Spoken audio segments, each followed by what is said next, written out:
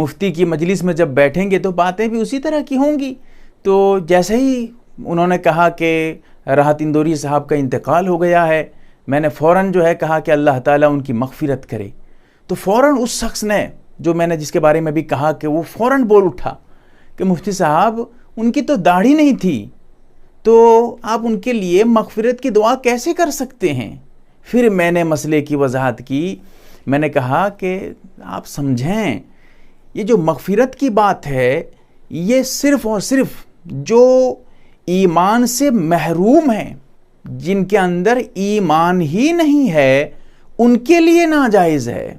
جیسے اللہ کے رسول صلی اللہ علیہ وسلم نے اپنے چچا کے لیے مغفرت کی دعا کی تو قرآن کی آیت نازل ہو گئی, لیکن جو اہل ایمان ہیں ان کے لیے تو کر سکتے ہیں.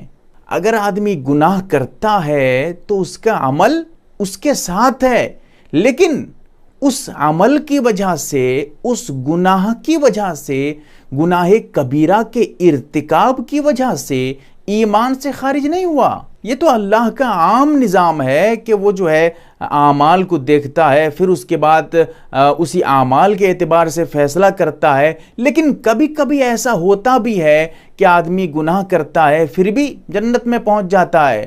یہ ایک اللہ, کیونکہ دیکھیے اسی لیے میں ہمیشہ کہتا ہوں, اپنے خیس و اقارب سے بھی کہتا ہوں کہ اگر کوئی گناہ کر رہا ہے تو آپ اس گناہ کی مذمت کریے, اس سے کہیے کہ یہ غلط کام ہے, اس کام کو برا سمجھیے, نہ کہ اس آدمی کو.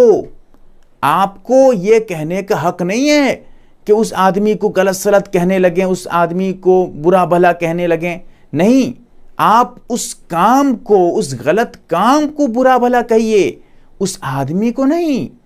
تو یہ سمجھیے, جیسے بخاری شریف کی روایت ہے, ایک زانیہ عورت جو زنا کرتی تھی, وہ ایک کتے کو, پیاسے کتے کو پانی پلا دیتی ہے, اللہ تعالیٰ اس کی مغفرت کر دیتا ہے.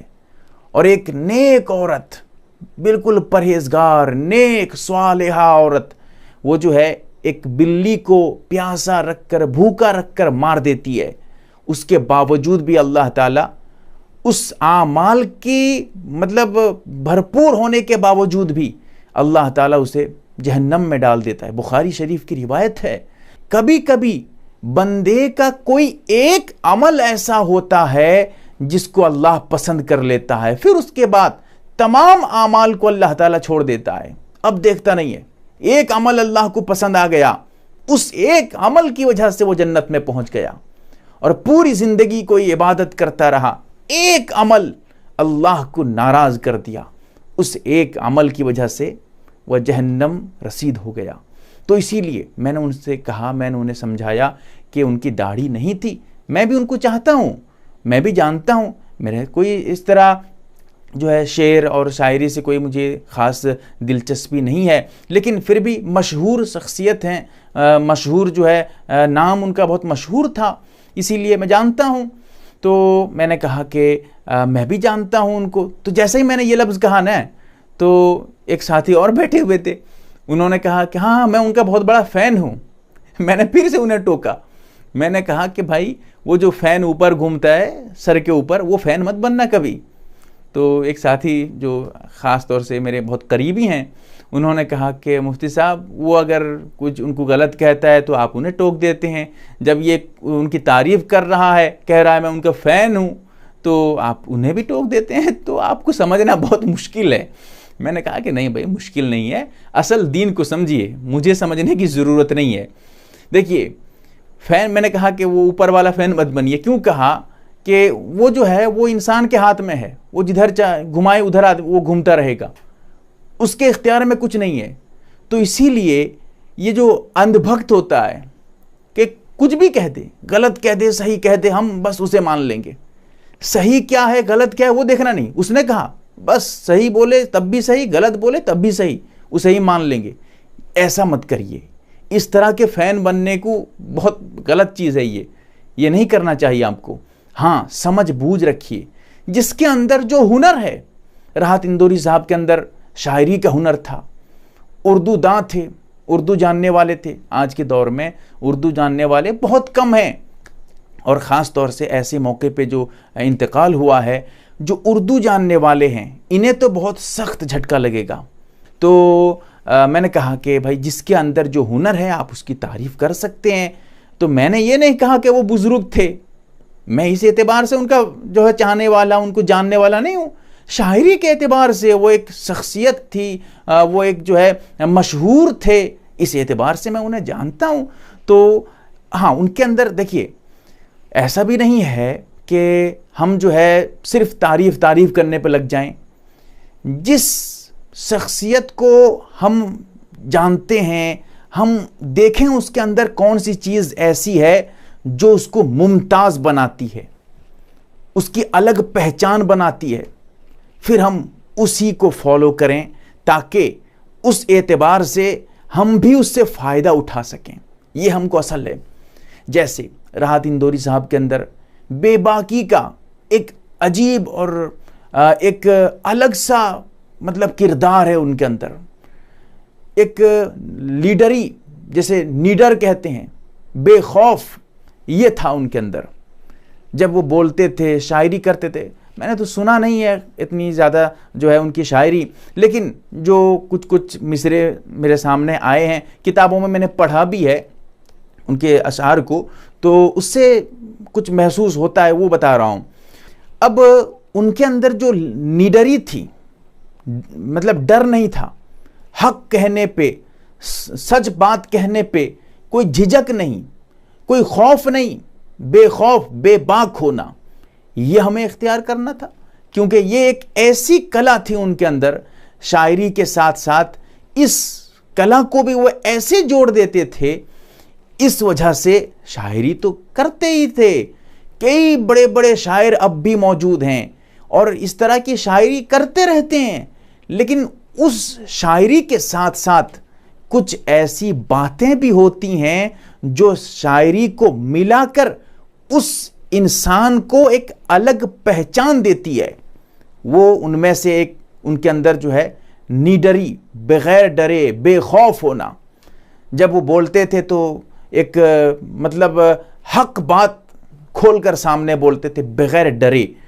تو اس چیز کو ہم فالو کریں، اس چیز کو لیں۔ صرف ہم ان کے چاہنے والے ہیں، اسٹیٹس پہ فوٹو لگا کر یا ویڈیو لگا کر یہ کرنا وہ کرنا، ایسے کرنا، اس کو وائرل کرنا، یہ ایک الگ چیز ہے۔ لیکن جس چیز کی وجہ سے ہم انہیں جانتے ہیں، اس چیز کو ہی ہم بھول جائیں، اسے چھوڑ دیں، پھر کیا ہوگا؟ کسی بزرگ سے کسی نے پوچھا کہ آپ نے یہ ادب کہاں سے سیکھا؟ انہوں نے کہا کہ بے ادبوں سے سیکھا۔ کیوں؟ ان کے اندر جو خامیاں تھی، بے ادبوں، جن کے اندر ادب نہیں ہے، بے ادب لوگ، ان کے اندر جو غلطیاں تھیں، لوگ کہتے تھے کہ یہ بہت غلط چیز ہے اس کے اندر۔ تو وہ بزرگ کہتے ہیں میں نے جب دیکھا کہ لوگ کہتے ہیں کہ غلط ہے اور میں سمجھا کہ ہاں وہ واقعتاً غلط ہے، تو اس چیز سے میں دور ہو جاتا تھا۔ اب خود بخود اس چیز سے جب میں بچ جاتا تھا تو اب میں با ادب بن گیا۔ تو ایسے ہی جو ادب والے لوگ ہیں، جو مشہور ہیں، کس چیز سے پہچانے جاتے ہیں، ان کی پہچان کیا ہے، اس چیز کو ہم سمجھیں، پھر اس اعتبار سے ہم غور کریں صحیح کیا ہے، غلط کیا ہے، پھر ہم فالو کریں۔ تو میں عرض کر رہا تھا، بات کہاں سے کہاں نکل جاتی ہے اس کو سمجھیے۔ جو مغفرت کی بات ہے، مغفرت ہر ایمان والے کے لیے، مومن کے لیے، ہر جس کے اندر جو بھی کلمہ پڑا ہوگا لا الہ الا اللہ محمد رسول اللہ، اس کے لیے ہم مغفرت کی دعا کر سکتے ہیں۔ اور کیا پتہ، دیکھنے میں تو گنہگار آدمی تھا، دیکھنے میں تو لگتا تھا کہ یہ فلاں کام کرتا ہے، فلاں کام کرتا ہے، جیسے میں نے کہا کہ زانیہ عورت تھی، جنت میں پہنچ گئی، ایک عمل اللہ کو پسند آ گیا۔ تو ایسے ہی اب کس کے اندر کون سا عمل اللہ کو پسند آ جائے کیا پتہ۔ راحت اندوری صاحب کا ایک شعر تھا، کیا تھا وہ تو میں مکمل سنا نہیں ہوں، لیکن اکثر لوگ اسے اسٹیٹس پہ رکھا کرتے تھے کہ بلاتی ہے مگر جانے کا نہیں۔ یہ آگے کیا تھا مجھے پتہ نہیں، یہی میں اکثر سنتا رہتا تھا، کہیں پر بھی کچھ بھی ہو، کسی کا فون آ جاتا تھا تو اس کے فون میں یہ بجنے لگتا تھا، بہت مشہور تھا۔ تو دیکھیے، لیکن جب موت کی بلاوا آ جائے، موت بلائے تو جانا پڑے گا، چاہے کوئی بھی ہو۔ نئے ہمارے جو اجداد تھے، جو ہمارے اوپر والی نسل تھی، وہ بھی چلی گئی، پھر ہماری باری آنے والی ہے، پھر ہمارے بعد یہ ایک سلسلہ چلتا رہے گا۔ اصل زندگی آخرت کی ہے، آخرت کی فکر کریں. وجاءت سکرۃ الموت بالحق ذالک ما کنت منہ تحید. کیا خوب قرآن نے کہا کہ موت وہ چیز ہے کہ جس سے ہر آدمی بھاگتا ہے. وجاءت سکرۃ الموت، موت کی سختی جب آئے گی تو آدمی بے بس ہو جائے گا. اور یہ وہی چیز ہے موت جس سے آدمی بھاگتا تھا لیکن بھاگ نہیں سکتا. بلاتی ہے مگر جانے گا نہیں، لیکن جب موت بلائے گی تو جانا پڑے گا. وہاں پر انسان کا کوئی کچھ بھی کام نہیں آنے والا. جو اعمال یہاں پر ہم کر کے گئے ہوں گے وہی اعمال ہمارے کام آ سکتے ہیں. یہ موت ایسی چیز ہے کہ ہر ایک کو بے بس کر دیتی ہے. آج اگر ہم ڈرتے ہیں نا آگ سے، کیوں ڈرتے ہیں؟ آگ سے کیا ڈر ہے؟ آگ سے ڈر اس لیے ہے کہ آگ ہمیں جلا کر موت کے گھاٹ میں اتار دے گی. ہم اسی لیے آگ سے ڈرتے ہیں کیونکہ موت ہے اس میں. جب ہم ڈرتے ہیں سمندر کے موجوں سے، جب ہم ڈرتے ہیں تیز ہواؤں سے، کیوں ڈرتے ہیں؟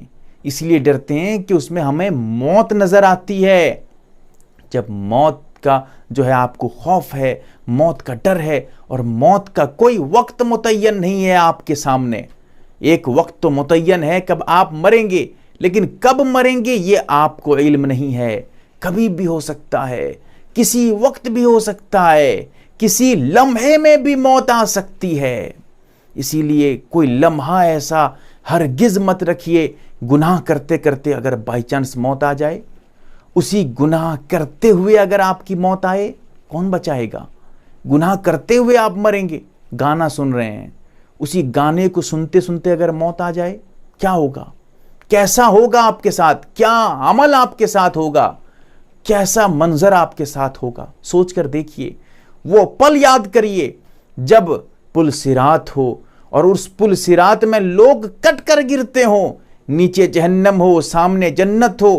مومن اس طرح گزر جائے گا جیسے پلک جھپکنے میں جتنا ٹائم لگتا ہے اتنے جلدی گزر جائے گا. لیکن جو اہل ایمان میں سے نہیں ہوں گے اور جو خراب بد سے بد اعمال کیے ہوں گے وہ اس میں کٹ کٹ کر گرتے ہوں گے. پل صراط کا وہ منظر یاد کریے جو پل صراط بال سے بھی باریک ہو.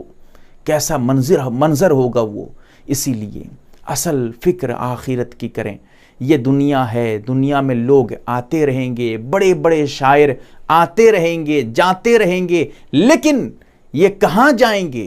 وہیں جائیں گے جہاں آپ جانے والے ہیں، جہاں ہم جانے والے ہیں، جہاں ہمارے اجداد، ہماری اوپر والی نسلیں، ہماری پیڑھیاں جا چکی ہیں. یہ بھی وہیں جائیں گے، ہم بھی وہیں جائیں گے. اور اصل وہی ہے، یہ تو عارضی ہے، یہ تو کرائے کا گھر ہے. راحت اندوری صاحب کے کئی اشعار میں نے سنا ہے، اتنا دلچسپی نہیں ہے ان میں، یہ سب جھلکیاں آتی ہیں.